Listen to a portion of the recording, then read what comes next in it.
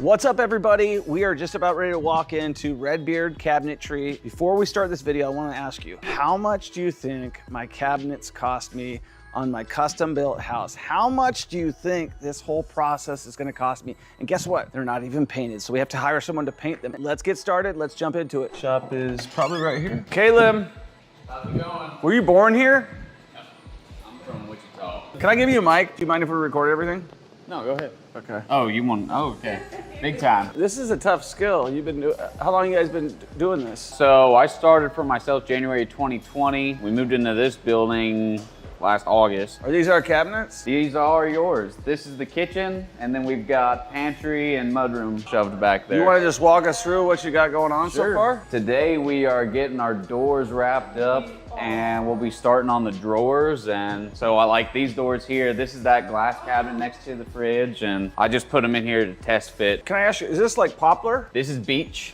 This is what we're painting, and the inside of this is white oak. When you buy a cabinet from Home Depot, it's like what, compressed MDF usually? Particle board usually. I'm not totally educated on their stuff, but I think they have like a custom line where you can pick from certain sizes of cabinets that they offer. So it's not totally custom, you're still picking from a list of things that they offer. Semi-custom. Yeah, I think they use plywood in that line, but it's not full 3/4 plywood like this, and it's not the same grade. I mean, even if you were to go get the highest grade possible plywood from a Home Depot store versus what we get from a lumber supplier. So you buy directly from a lumber supplier. Who do you guys use? We have a couple options. Liberty and Blue Links are the two big ones that we use. And so you'll get this, and then there's a lot of what, like gluing? Gluing, sanding, screwing. Like you can see on the back side of the face frame, it's held together by those little these things right here? Yep, and those are screws inside of these. Yeah, that goes that way. You glue this joint and you screw it together, and so you have to carve that piece out, right? Yeah, and we have a machine that does that for us. Okay, so you're getting it to like almost a mill type of thing. You're trying to moving lots of. Oh yeah. Okay, cool. And we have machines to streamline that whole thing. So this we cut out with a jigsaw, just real rough to get us close to kind of the profile, and then we'll tune it up and it'll be nice and smooth and continuous. You won't see this little ledge right there. Are you guys busier than you ever been? Oh yeah. Since I started for myself, it's done nothing but pick up. Was going out on your own a really good decision? Oh yeah. Look at this piece, Troy. Doesn't it look massive? Okay, no. This is a cabinet that goes on the other side of the refrigerator, right next to the refrigerator. These are the doors for the kitchen. Cody's been working on these moldings in here. So what's he have to do to do this design right here? So the rest of the house is gonna be a 5-piece door. It's gonna be 1, 2, 3, 4, and then the panel is 5. These are 9 pieces. We went big. These here are all individual pieces that are applied on afterwards. Does that cost more money? No, that's less. That right there is less. Less? Yeah, It's you actually get less cheaper is to do more. Oh, so look at, thank you. Okay, so they put all gotta- those in there. This is attached, this is attached. So these are all different pieces of wood. Yep. And they're all glued on? Yep, and you can see the ends here, how they're jointed. You're not getting it apart. What's your name? Cody. Cody, did you work with him at, No, I No, started. Cody started in December. where's the name Redbeard come from? It took a lot of thought. Okay, let me tell you. So this is only in the kitchen. We have the rest of Then the doors in the back. This is really exciting. So this is called a reeded. That looks way inexpensive. All that detail. Yeah. So these are That going door over on there. that 4-drawer set right there. So actually, this Just is the one 4. going above the microwave in the pantry. Those 4 are the 4 that are going on that base cabinet, and they're gonna get the reeds Okay. Oh, and, okay. and the molding. So tell Troy about inset versus. This would be inset, how the whole face is flush. The doors are sitting inside of the frame of the That cabinet. makes sense. So normally your Home Depot cabinets are outset. This would be a full overlay, Full how overlay. the doors cover the face frame of the cabinet. It's just a really clean. Yeah, that's look. inset. It sits inside of the frame. This is overlay. It sits on top of the frame. Overlay, those are the two? Yeah, there's different variations of overlay. This one is a minimal overlay, how you don't see much of the face frame. Like on these cabinets here, you don't see a lot of the frame. There's other versions of overlay where you see more of the frame. Inlay, I'm guessing, is less expensive.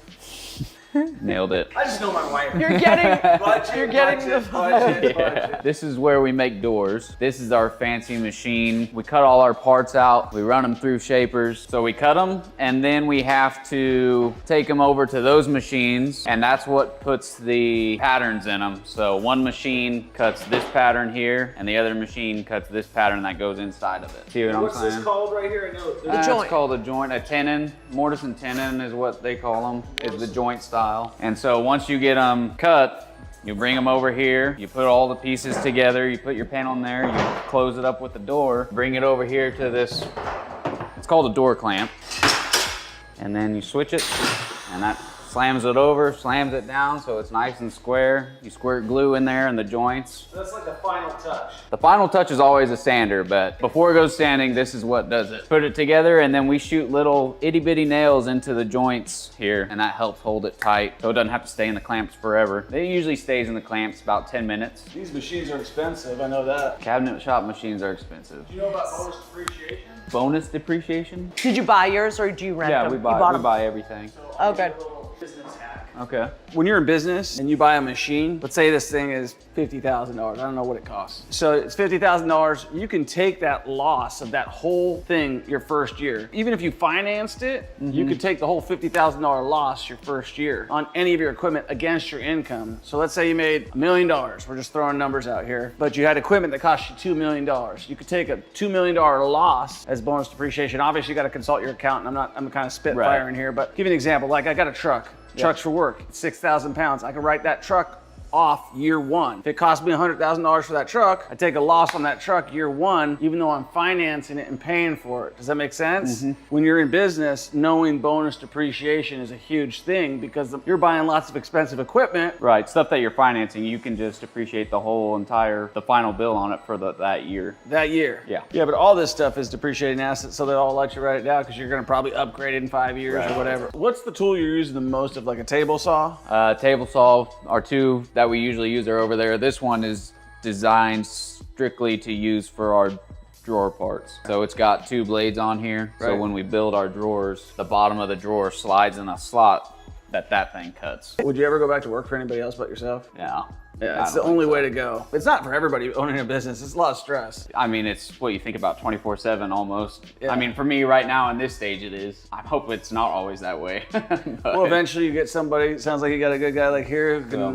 you know, as you scale and you grow and Right. stuff like that. You can get a little bit. but when separate you're in the yourself a little beginning, bit. man, you're in everything. It's a grind. The first year and a half, I was doing all this stuff by myself. Installs, planning, meeting with customers, phone calls, just the entire process was all by myself. And starting around my second year, I finally hired my first guy, and now we have 3, and just what one more guy can do is been amazing for us. So. Right. So before you quit your job, you just went into cabinet making? I knew a guy, I met him at a gym that he owns, or he franchised. He pulls up with his carpentry written on his truck, and I was like, what is this all about? And he's like, oh, I own this cabinet shop down in Bolivar, Missouri. I'm like, really? I said, you get looking to hire anybody? And he said, yeah, I'm trying to expand up here to Kansas City, and if you can go down there and learn the trade and prove that you know what you're doing and stuff, you could possibly fill that role. And I said, all right, screw it, and quit my job, took a big pay cut to go down there and do that. Was your plan to open up your own cabinet shop though? Was that what Not you were originally, my plan was to do what he said. and You just wanted to run get this out of whatever branch. you were doing? Yeah. You're like, I paid for all this money. Oh, you got a scholarship for baseball, I'm sure.